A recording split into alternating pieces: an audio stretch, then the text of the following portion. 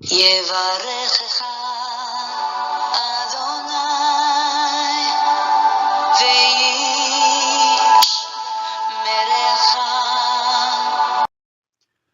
וישמרך. 바레크카 아도나이 베이시메레카. 사랑하는 성도 여러분, 오늘 하루도 전지전능하신 임마누엘의 하나님께서 여러분에게 복을 주시고 여러분을 안전하게 지켜주시기를 축복합니다. 아멘. 하늘의 하나님 아버지, 오늘도 우리의 코에 생명의 새 호흡을 불어넣어 주셔서 오늘 하루를 살게 하시니 감사합니다. 오늘 우리의 생명을 또 연장시켜 주신 이유는 우리가 하나님 앞에 올려드려야 할 영광이 있고, 또 하나님 우리를 통하여 이루시고자 하시는 하나님의 뜻이 있고, 우리를 더욱더 예수 그리스도의 형상으로 다듬어 가시고자 하시는 하나님의 놀라운 계획이 있어서 우리에게 오늘 하루도 하루를 허락하시고 새 생명을 주신 줄 믿습니다. 하나님의 인도를 따라 오늘 하루를 잘 살아갈 수 있도록 도와주옵소서. 하나님의 말씀이 우리를 더욱더 아름답게 변화시켜 가는 힘이 되는 줄 믿고, 오늘도 주의 말씀 앞에 고기를 조아리오니 창조의 능력으로 이 말씀으로 우리를 재창조하여 주옵소서. 우리 주 예수님 공평과 정의의 나라를 이루시고자 장차 만왕의 왕 만주의 주로 이 땅에 다시 오실 것을 믿습니다. 다윗이 12지파를 통일하여 이스라엘의 통일 왕이 된 것처럼 다윗의 후손이신 예수 그리스도께서 이 땅에 오셔서 하나님의 나라인 이 지구 땅을 이제는 온전히 통일하여 만왕의 왕이 되시고 공평과 정의로 다스리며 홀로 영광 받으시는 그 나라 이루실 것을 믿습니다. 예언하신 그 말씀을 이루시고 성취하여 주옵소서. 성령 하나님, 우리 안에서 내주하시며 우리를 도우시고 우리를 아름답게 빚어가심에 감사합니다. 하나님의 말씀으로 우리를 거룩하게 하시는 줄 믿고, 오늘 이 아침에도 하나님의 말씀을 묵상하며 성령님께 우리를 의탁합니다. 이 말씀을 묵상할 때 이 말씀의 기운으로 오늘도 우리를 새롭게 하시고 우리의 영의 모든 세포들이 이 말씀으로 차곡차곡 채워지고 구성되어져서 생각하는 것도 말하는 것도 행하는 모든 행동들도 항상 하나님의 말씀에 근거하여 그렇게 살아 숨쉴 수 있도록 역사하여 주옵소서. 이 시간을 우리 자비로우신 아버지 앞에 의탁하옵고 우리의 생명 되신 주 예수 그리스도의 이름으로 감사드리며 간절히 기도드립니다. 아멘. 할렐루야. 사랑하는 성도 여러분, 반갑습니다. 오늘 1189 성경 장별 강의 349번째 시간입니다. 오늘은 역대상 11장 말씀을 함께 공부하겠습니다. 오늘 제목의 말씀은 다윗의 통일 이스라엘 왕 즉위와 그의 용사들이라는 제목입니다. 어저께 우리 10장에서는 이스라엘의 초대 왕이었던 사울 왕가의 최후라는 제목으로 우리가 말씀을 살펴보았습니다. 사울과 그의 아들들이 왜 전장터에서 그렇게 비참한 최후를 맞이하게 되었는지, 바로 그 이유에 대해서 우리가 말씀을 살펴보았습니다.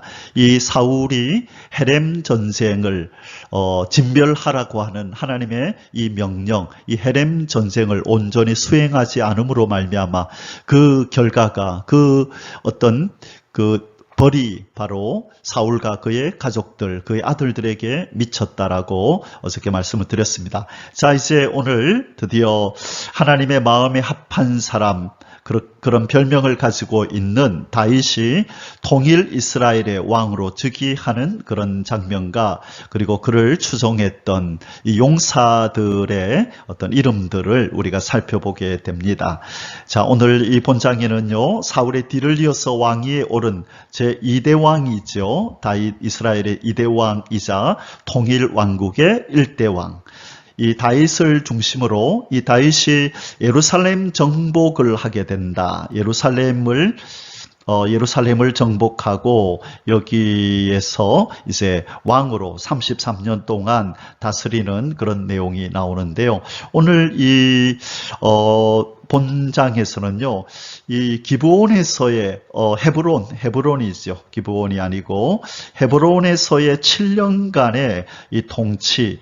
먼저 다윗이 헤브론에서 왕으로 즉위하여 7년 동안 통치하는데, 그때는 아직 이스라엘 전 지파를 다 다스린 것이 아니고 그 이후에 7년이 지난 후에 예루살렘으로 도읍지를 옮기고 나서 모든 지파들이 다 지도자들이 와서 다윗을 왕으로 추대하며 이제 다윗의 통치 안으로 들어가는 그 일이 일어났습니다. 그런데 오늘 역대상 11장에서는 이 통일왕 다윗을 얘기하면서 헤브론에서의 7년간의 통치는 언급하지 않고 예루살렘에서 통일왕으로서 그가 통치했던 33년간의 이야기만 다루고 있습니다.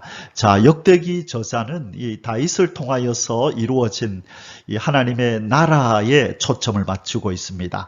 자, 다윗 하면 하나님의 나라를 통일한 사람, 하나님의 나라 통일. 그래서 오늘 결론적으로 우리가 초점을 맞출 부분은 바로 다윗은 하나님의 나라 통일, 이스라엘을 통일시킨 사람인데, 바로 다윗의 후손으로 오시는 예수 그리스도가 바로 다윗처럼 이 세상 나라, 곧 하나님의 영광을 위하여 창조된 이 세상 나라를 통일하여 하나님의 나라로 만들고 그가 만왕의 왕 만주의 주로 다스린다라고 하는 이 내용을 우리는 함께 공부를 하게 될 것입니다. 이것을 아는 것은 너무 중요합니다.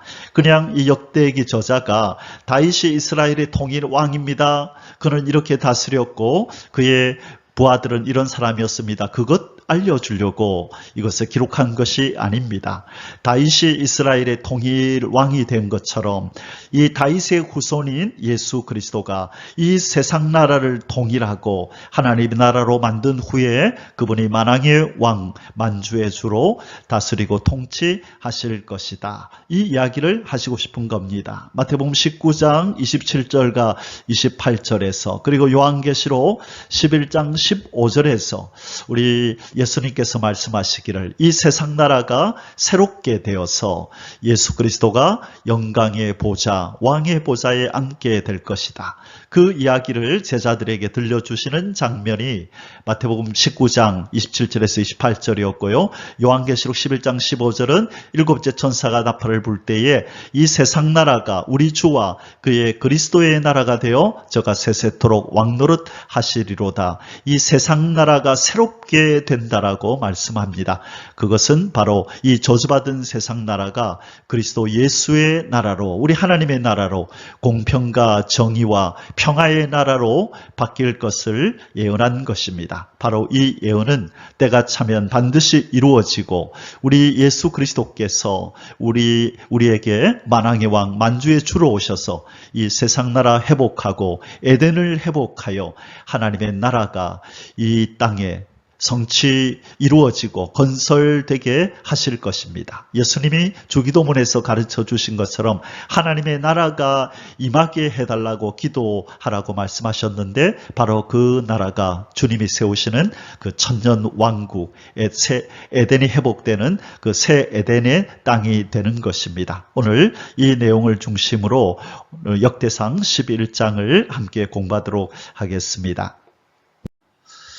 자, 역대상도 공부한 지가 엊그제 같은데 우리 29장 중에서 벌써 11장에 접어들었습니다. 지난 10장에서 사울의 죽음이 나타났고 11장과 12장에 다윗의 즉위와 다윗의 통치에 대한 이야기가 이제는 나오기 시작합니다. 그래서 오늘은 11장 말씀을 묵상합니다.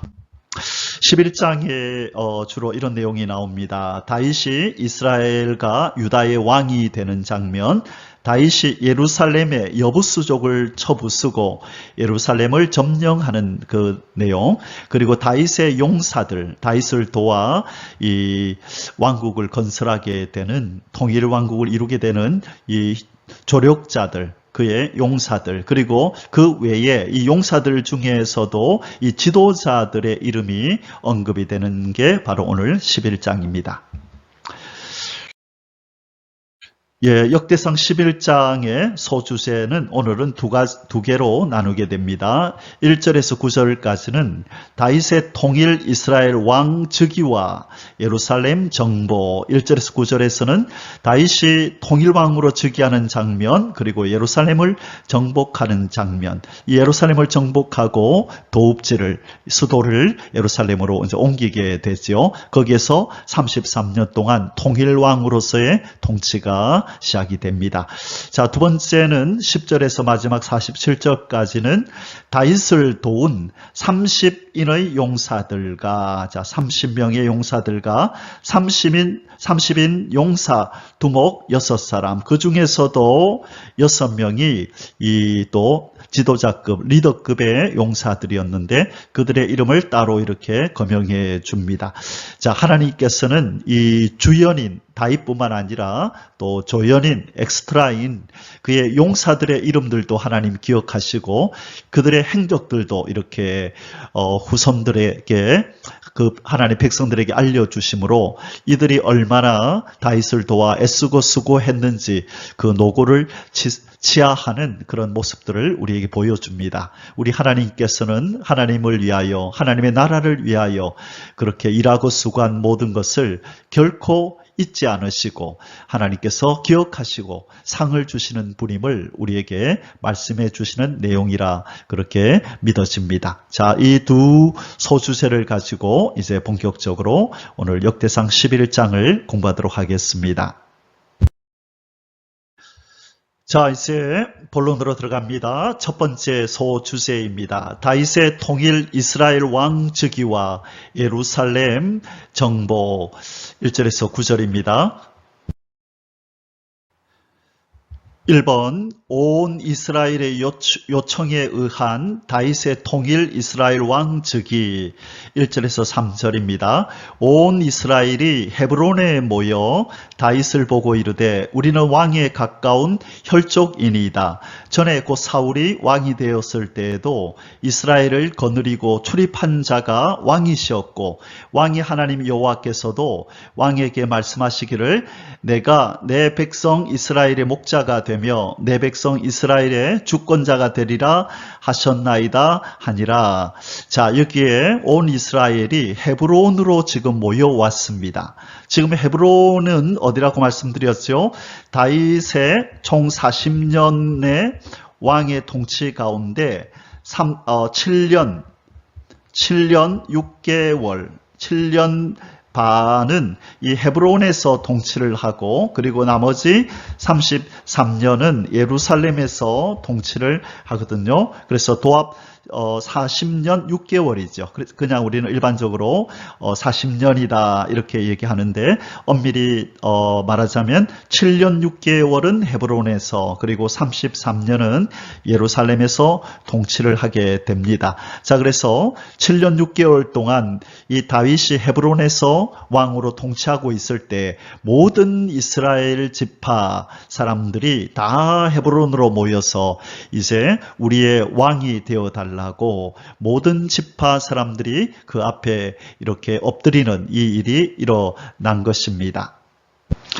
자, 뒷부분 마저 볼까요? 이에 이스라엘 모든 장로가 헤브론에 있는 왕에게로 나아가니 헤브론에서 다윗이 그들과 여호와 앞에 언약을 맺음에 그들이 다윗에게 기름을 부어 이스라엘의 왕으로 삼으니 여호와께서 사무엘을 통하여 전하신 말씀대로 되었더라. 자, 사무엘을 통하여 무슨 말씀을 하셨다는 것이요?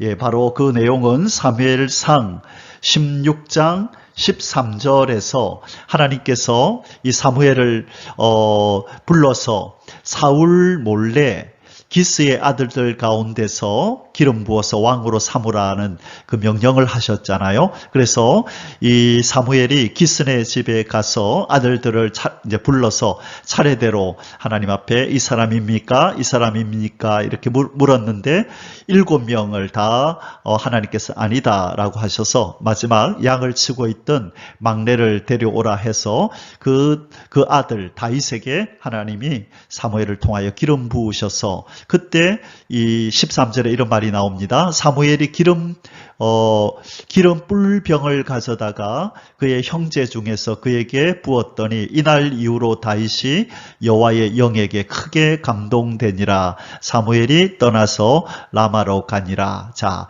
그래서 지금 사무엘이 다윗에게 기름 부어서 왕으로 임명한 이 일이 이제 때가 참에 드디어 이제 다윗이 이스라엘의 통일 왕으로 임명되는, 즉위하는 이런 일이 벌어졌다는 것입니다. 그래서 사무엘을 통하여 전하신 말씀대로 되었다라는 말은 사무엘상 16장 13절 바로 이 말씀대로, 이 사건대로 때가 참에 성취되었다라는 것을 지금 말씀하고 있습니다. 자, 그러면 우리 지도를 통해서 헤브론이 어딘지 또 한번 참고를 하고 계속 본문을 보도록 하겠습니다.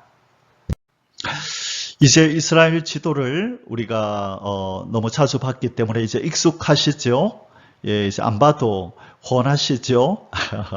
자, 이 헤브론이 바로 여기인데요. 예, 헤브론이고 바로 위에가 베들레헴이 있고 그 위에가 예루살렘이 있습니다. 우리는 예루살렘을 중심해서 다른 지역이 어딘지를 살펴보는 것이 아마 편리할 것입니다. 자, 바로 헤브론은 예루살렘으로부터 남쪽으로 한 30km 정도 떨어진 곳에 있습니다. 그래서 이 예루살렘에서 쭉 남쪽으로 한 30m 정도 내려오면 헤브론이 있는데, 이스라엘 사람들이, 모든 이스라엘 지파 사람들이 아마 대표를 보냈겠죠. 그죠? 그래서 헤브론에서 이미 왕으로 통치 중인 얼마 동안 7년 6개월 동안 다스리고 있는 다윗 왕에게 와서 우리 모든 지파의 왕이 되어 주소서라고 해서 이제 예루살렘으로 도읍지를 이제 옮기게 되는 일이 벌어집니다. 자, 어떤 과정을 통해서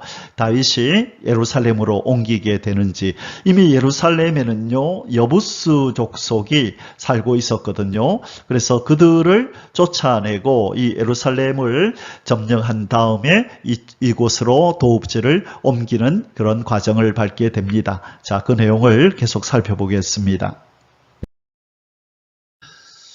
이번 다윗의 예루살렘 정복 4절에서 5절입니다. 다윗이 온 이스라엘과 더불어 예루살렘 곧 여부스에 이르니 여부스 땅의 주민들이 거기에 거주하였더라.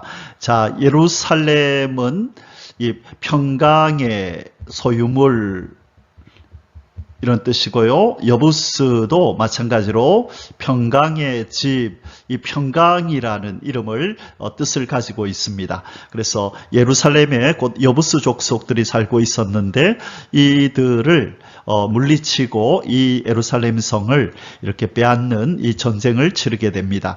5절에 여부스 원주민이 다윗에게 이르기를 네가 이리로 들어오지 못하리라 하나 다윗이 시온 산성을 빼앗았으니 이는 다윗 성이더라.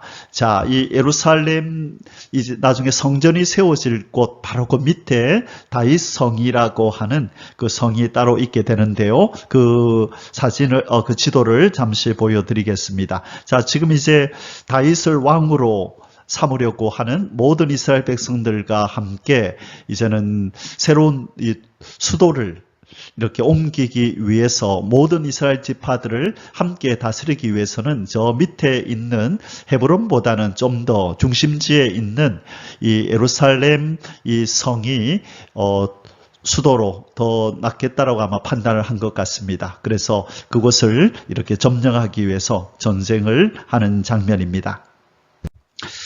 자, 여기가 지금 다윗 성인데요. 그 전에 이 다윗이 이 여부스 족속이 살던 이곳 시온산성,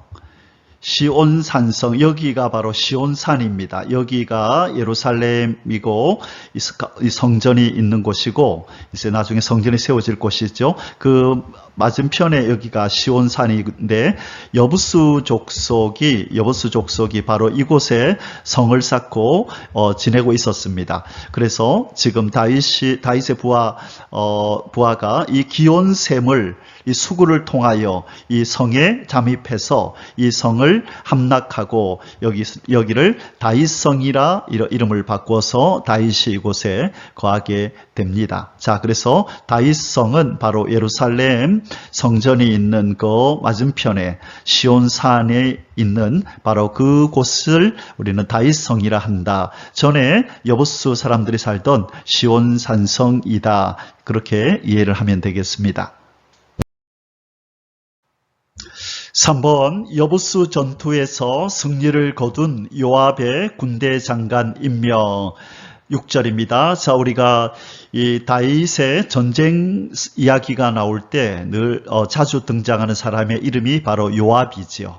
요압은 군대 장관인데요. 그가 어떤 경위로 군대 장관에 임명이 되었는지 바로 이 이야기 6절이 바로 그 근거가 됩니다. 자, 이 이야기는 이 역대기에서만 나옵니다. 원래 이 사건이 어디서 먼저 나왔었냐면요. 사무엘하 8장 16절에 가면 이 요압이 군대 장관으로 임명되었다라는 기사가 나옵니다. 병행 구절로 나오는데 거기에는 어떤 경위로 그가 군대 장관으로 임명되었는지 그 원인은 그 이유를 분명히 밝히지 않고 있는데 바로 역대기에서 이 역대기 저자는 바로 이 여부스를 함락하는 일에 가장 큰 공을 세웠기 때문에 그가 군대 장관이 되었다라고 분명히 밝히고 있습니다. 6절을 읽겠습니다. 다윗이 이르되 먼저 여부스 사람을 치는 자는 우두머리와 지휘관으로 삼으리라 하였더니 스루야의 아들 요압이 먼저 올라갔으므로 우두머리가 되었고, 자, 이 스루야가 누구냐 하면요, 스루야는 다윗의 이복 누이입니다. 다윗의 이복 누이. 그러므로 이 요압은 이 다윗의 조카가 되는 겁니다. 다윗의 조카뻘이 됩니다. 자, 조카. 그래서 다윗과는 이 친척 관계이지요. 그래서 아마 이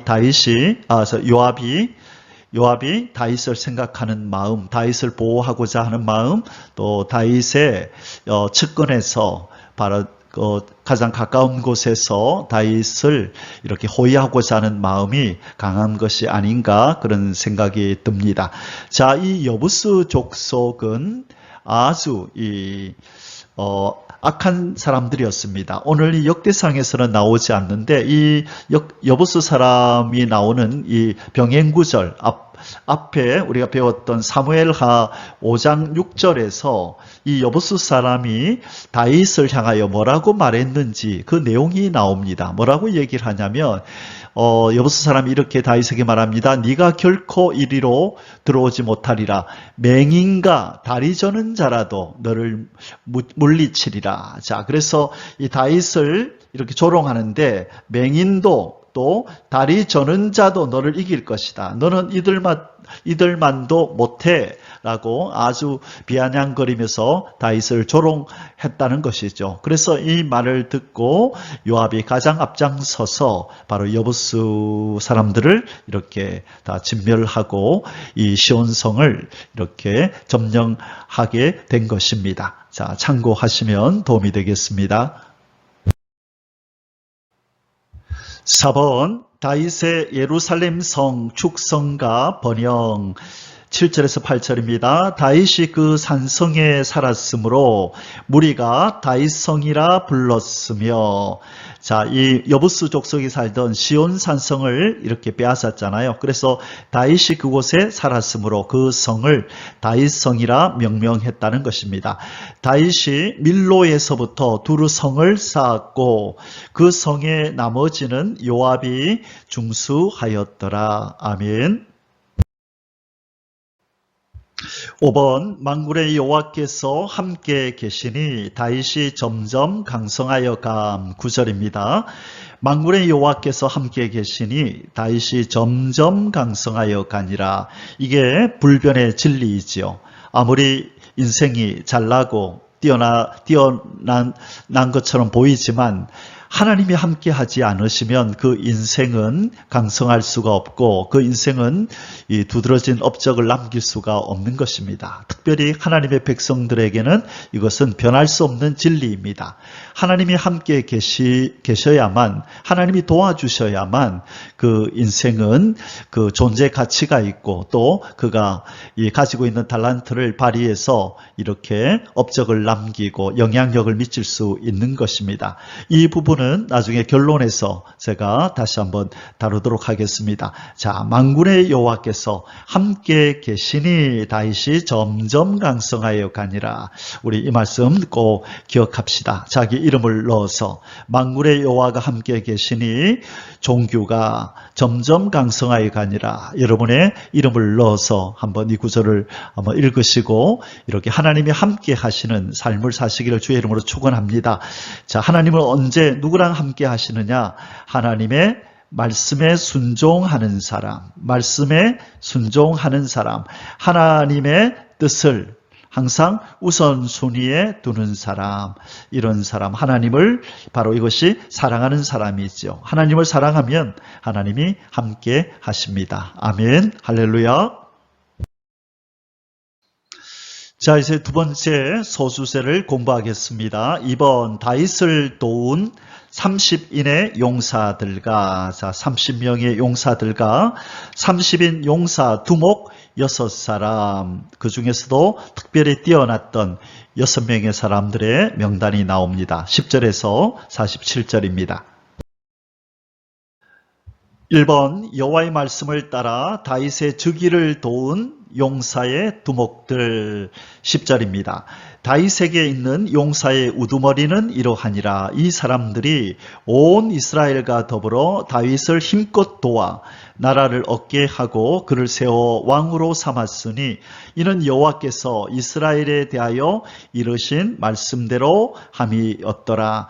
자, 이것은 바로 하나님께서 다윗을 통하여 이스라엘의 왕이 되게 하고 이스라엘을 다스리게 하실 거라고 하는 이 말씀대로 되어졌는데 그 일에 바로 이 사람들이 도왔다는 것입니다. 자, 하나님께서 함께 하셔서 복을 받는 형통한 삶을 사는 사람의 특징은 뭐냐면 바로 주변의 사람들이 돕는다는 것입니다.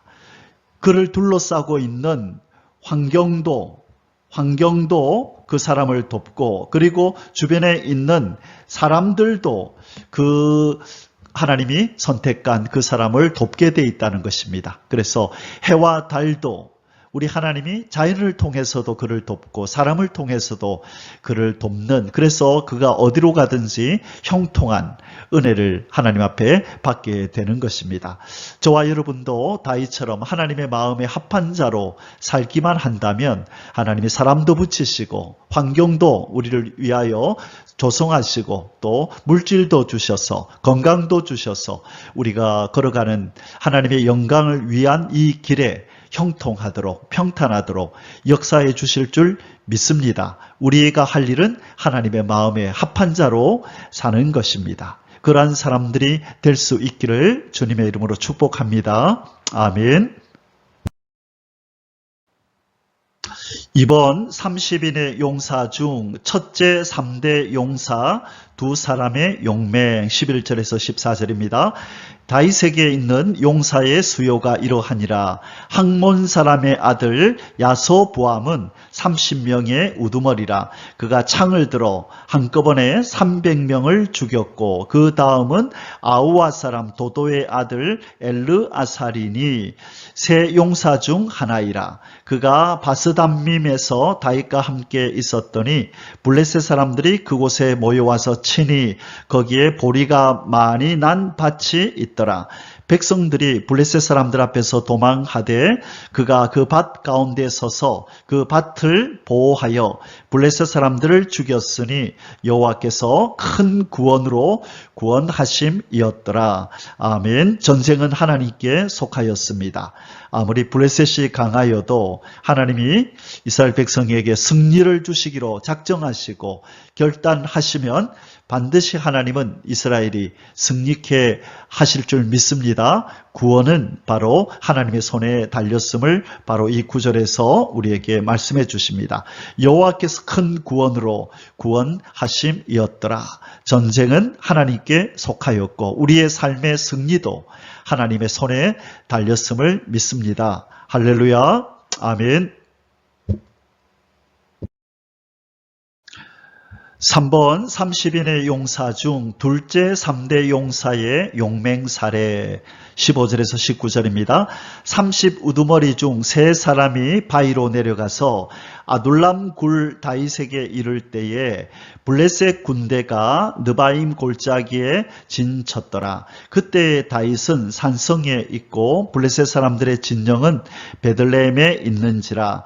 다윗이 갈망하여 이르되 베들레헴 성문 곁 우물물을 누가 내게 마시게 할꼬 하매 이 세 사람이 블레셋 사람들의 군대를 돌파하고 지나가서 베들레헴 성문 곁 우물물을 길어가지고 다윗에게로 왔으나 다윗이 마시기를 기뻐하지 아니하고 그 물을 여호와께 부어드리고 이르되 내 하나님이여 내가 결단코 이런 일을 하지 아니하리이다. 생명을 돌아보지 아니하고 갔던 이 사람들의 피를 어찌 마시리까 하고 그들이 자기 생명도 돌아보지 아니하고 이것을 가져왔으므로 그것을 마시기를 원하지 아니하니라. 새 용사가 이런 일을 행하였더라. 아멘. 좀 전에 읽었던 이 본문은 참 아름다운 이야기라 아니할 수 없네요. 어떤 일이 벌어졌습니까? 지금 다윗이 이 아둘람 굴에 있고 이 블레셋과 지금 전쟁이 벌어졌는데 바로 이 블레셋이 이 베들레헴 이 부근에 이렇게 주둔을 하고 있었습니다. 그래서 다윗의 군대와 블레셋 군대가 전쟁이 벌어졌는데 다윗이 이 베들레헴 성문 옆에 있던 이 우물물을 마시고 싶어 했던 것입니다. 아마 물맛이 좋았던가 봐요. 그래서 다윗이 저 베들레헴 성문 옆에 있는 저 우물물을 조금 먹으면 얼마나 좋을까 라고 이런 생각을 하고 있자 바로 이 세 사람이 이 적진을 이 적군들이 있는 이 베들레헴을 향하여 몰래 가서 이 성 옆에 있던 우물물을 떠 가지고 다윗에게 가져와서 마시라고 그렇게 드렸던 것입니다. 그러자 이 다윗이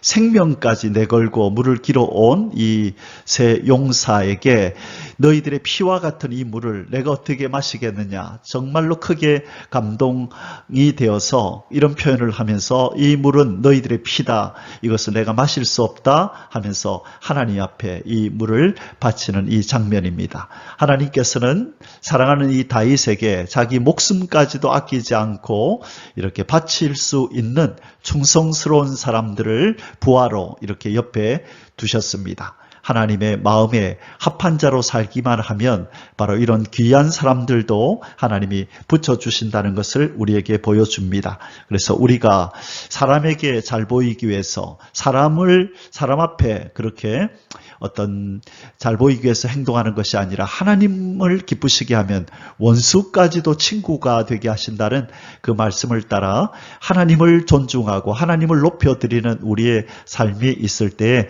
하나님은 우리 주변 사람, 주변 환경 모든 것들을 우리를 중심해서 그렇게 합력하여 선을 이룰 수 있도록 역사하시고 도와주실 줄 믿습니다. 아멘. 할렐루야.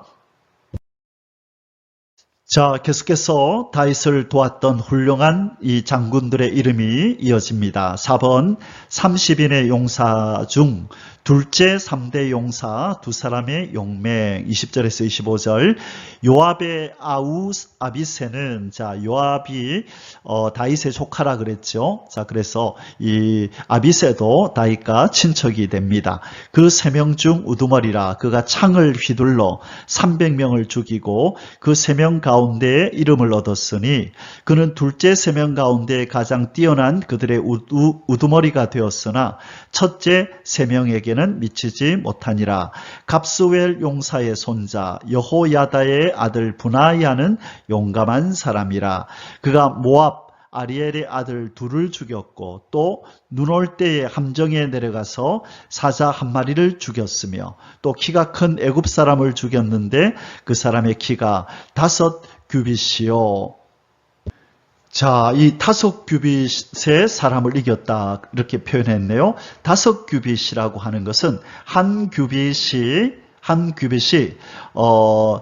길게 잡으면 50cm, 또 작게 잡으면 45cm거든요. 그래서 50cm를 잡으면 2m 50cm의 사람이고 45cm로 1규빗을 잡으면 2m 25니까 2m 25cm의 장신, 거인이다. 그죠? 이런 사람을 죽였다는 것입니다.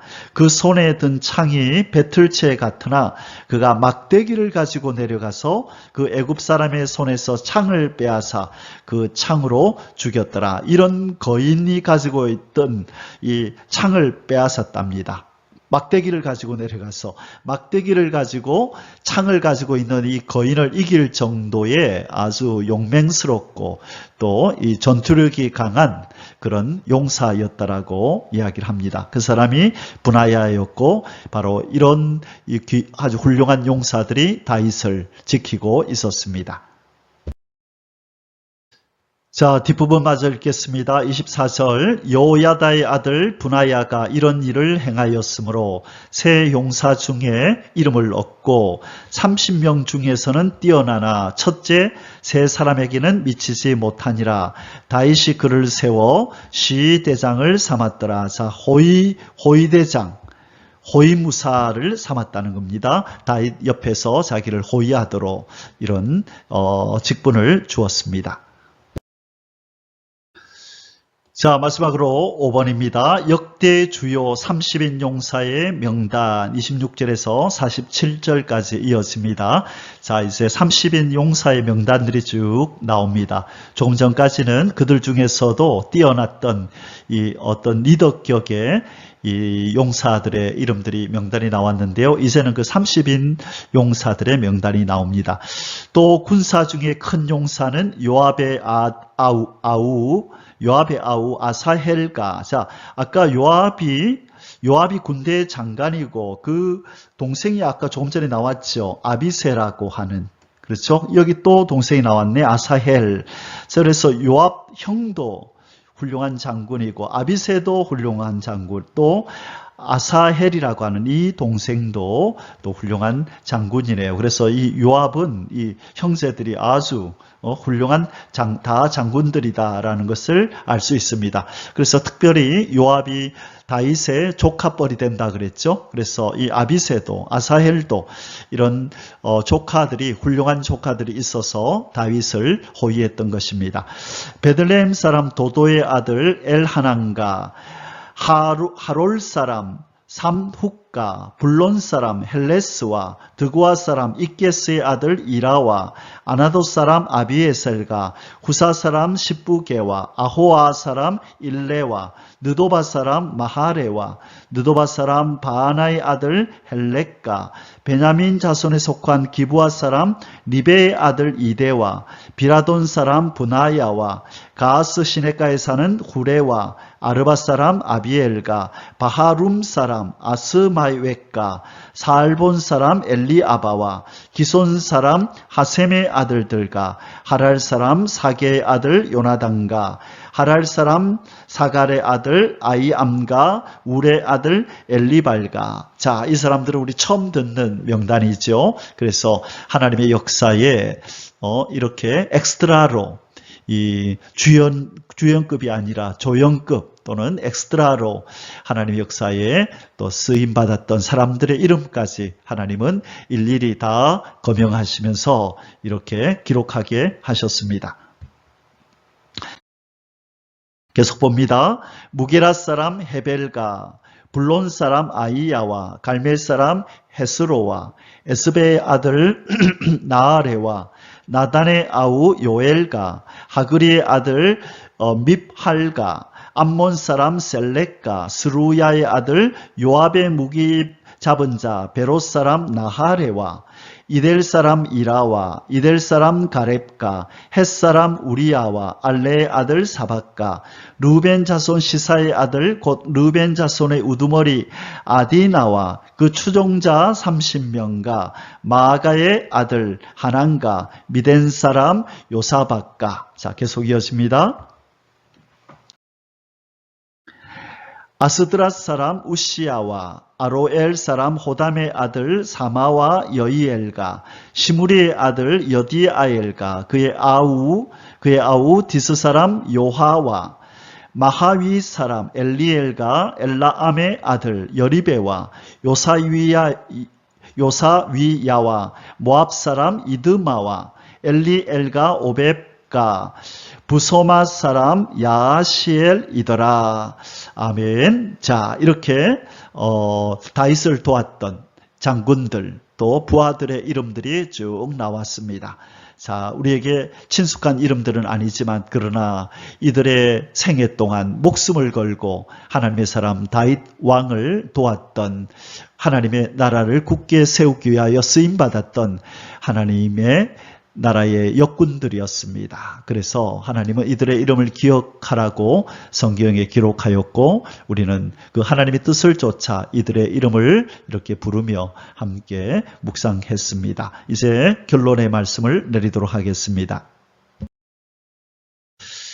사랑하는 성도 여러분, 이제 우리 역대상 11장의 결론을 내리도록 하겠습니다. 오늘 제가 결론을 이렇게 정해보았습니다. 하나님께서 함께 하심이 승리와 형통의 시작점이다. 아무리 인생이 뛰어나고 또 능력이 있고 힘이 있고 부가 있어도 그의 삶이 승리하지 못하고 형통하지 못하는 이유는 하나님이 함께 하심이 없기 때문이고, 반면에 아무리 미약하고 부족해 보여도 하나님이 그를 그 마음에 두고 마음에 기뻐하여 함께 하시면 승리와 형통이 거기서부터 시작되는 줄 믿습니다.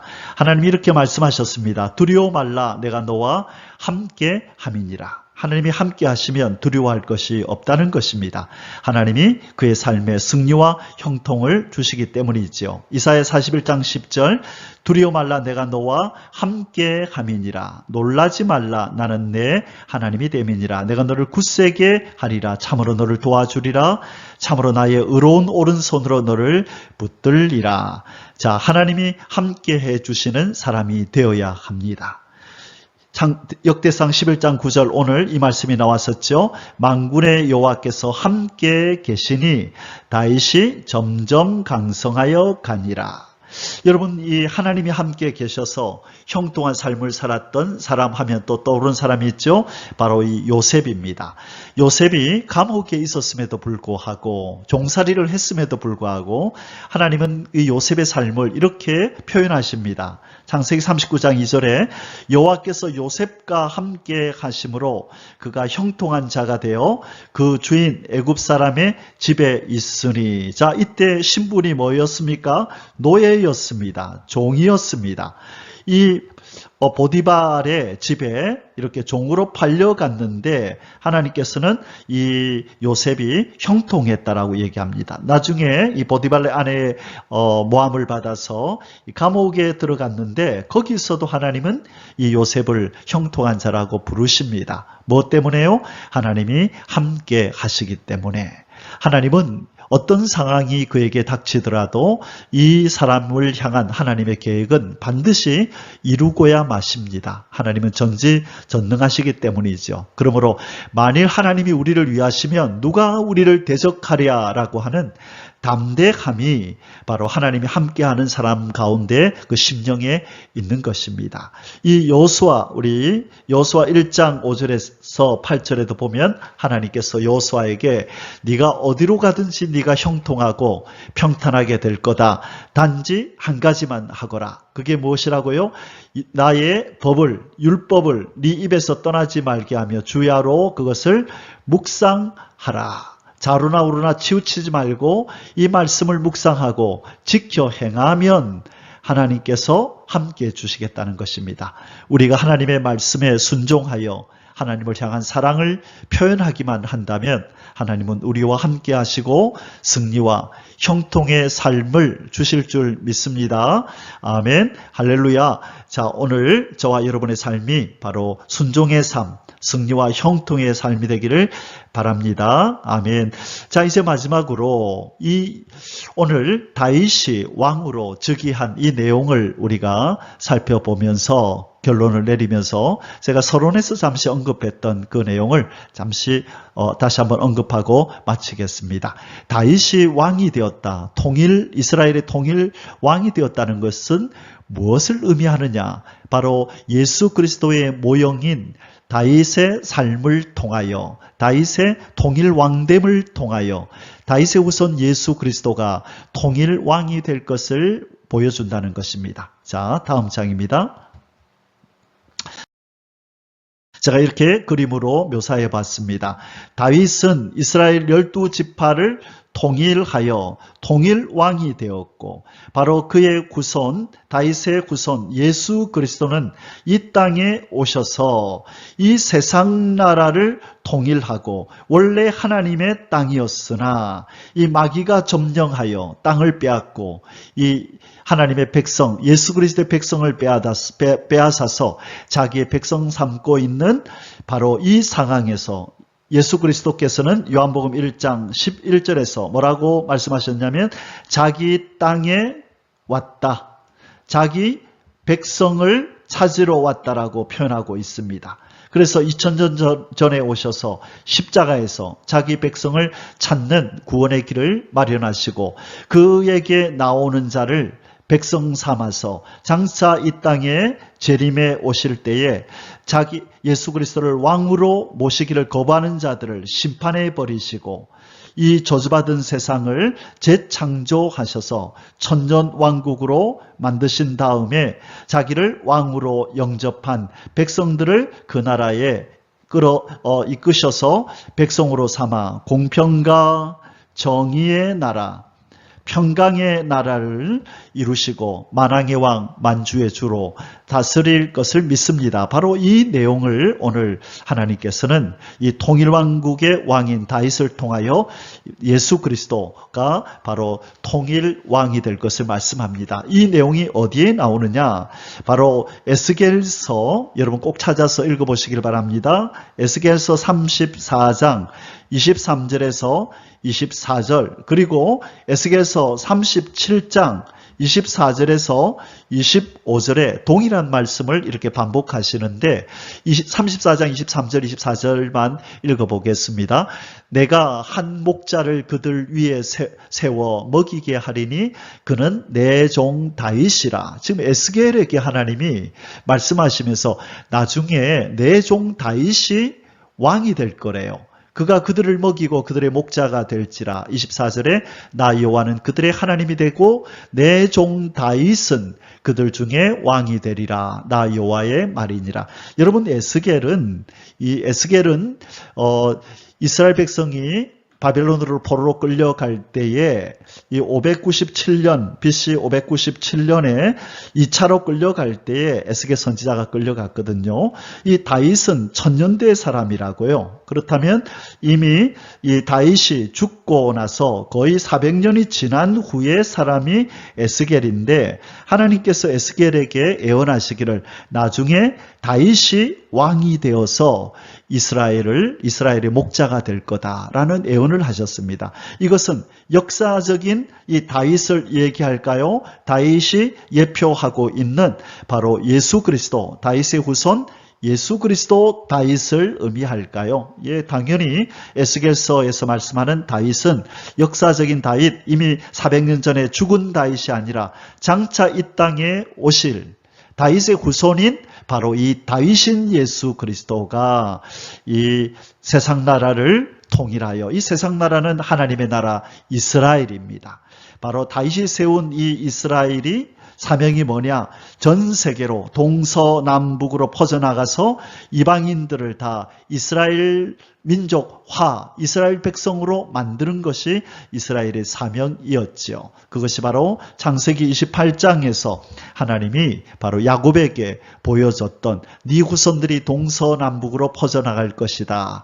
그렇게 말씀하신 것, 그리고 마태복음 28장 18절에서 20절에 예수님이 너희는 가서 모든 족속으로 제자를 삼아라 라고 명령하실 때 모든 족속의 사람들을 예수님의 제자로, 예수님의 백성으로 만들라는 명령입니다. 장차 오셔서 이 세상 나라를 통일하시고 만왕의 왕, 만주의 주로 다스리실 것을 바로 다윗이 통일왕국을 이룬 것으로 예표하신 것입니다. 우리 주님 어서 오셔서 통일왕국을, 천일왕국을 이루시고 만왕의 왕, 만주의 주로 홀로 영광 받으시며 다스리시기를 그렇게 우리 함께 기다리십시다. 그날은 반드시 옵니다. 마라나타 주 예수여 어서 오시옵소서. 아멘. 할렐루야. 오늘 하루도 복된 하루, 평화로운 하루가 되시기를 주님의 이름으로 축복합니다. 아멘.